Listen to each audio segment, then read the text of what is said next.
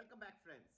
Farmers from the Belgium's northern region of Flanders have driven thousands of tractors into Brussels to protest against the limit on nitrogen emissions as applicable for the agricultural sector.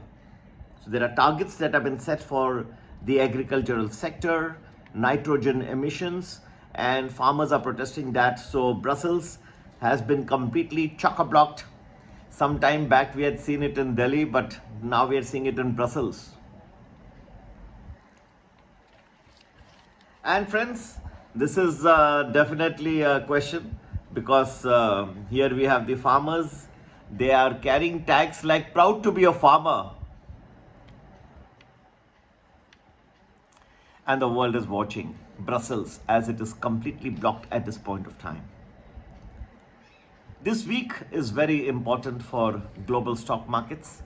As you know, in February, we had the January jobless claims report, which turned out to be hotter than anticipated and led to a complete turnaround in stocks, which were doing exceptionally well the way they had started in January.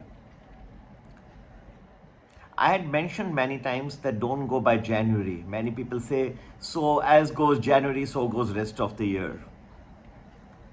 There will be so many twists and turns. If you can figure it in advance, you will do exceptionally well on every count in this year. But you need to figure out those twists and turns in advance. So we have the initial jobless claims data coming out, the payrolls data on Friday, and this naturally will be a much watched report. And of course, people who have been consistently with us non-stop, right, non-stop flight in Prime Plus and Prime, we would love to share with them. Anything less than 200,000 would still lead to hopes of a 25 basis point rise, which is just a nominal rise in the Fed interest rates. At this point of time, if you look at the Fed futures, they are factoring in a 25 basis point hike.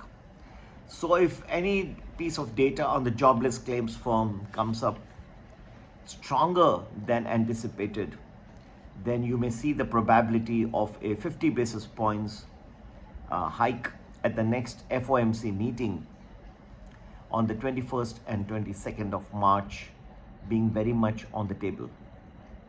This can end up rattling global stocks. That's why, friends, this week is very crucial for global stocks. Jason Furman writes in the Wall Street Journal that the Federal Reserve should forget waiting for the lagged effects of various pieces of data. Should just hit it hard and hit it right now and effect an immediate, once and for all, a nice solid increase in interest rates and settle the matter once and for all, rather than leave it on the table for such a long period of time for the suspense to continue.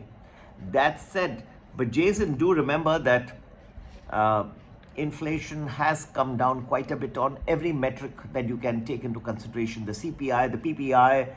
So everywhere you're seeing the inflation come down, but for the jobless claims data.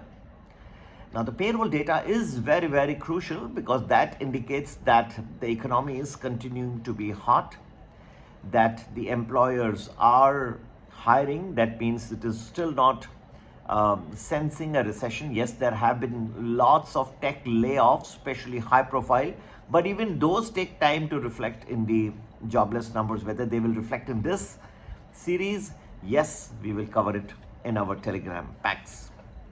They are very nominally priced and would love to have you as a part of them. For a small investment, you can get very valuable data much in advance. So do get that competitive advantage and be a part of our Prime and Prime Plus groups. You can do that by either WhatsApping us on 0982-086-1044. Alternatively, you can also email us at globalmoneyinvestor@gmail.com. globalmoneyinvestor@gmail.com. And friends, crucial week therefore. Do understand that stakes are very high. And yes, don't leave it to technicals, small and past evidence that January and February are like this, then the rest of the year, it's not so simple. Don't leave it to supports and resistances. It's not going to be that simple. Do get in touch with us. We will professionally give you, on the basis of some very sound analysis of data, where we stand, where the markets are headed from here. Have a great week ahead. Take care. Bye-bye.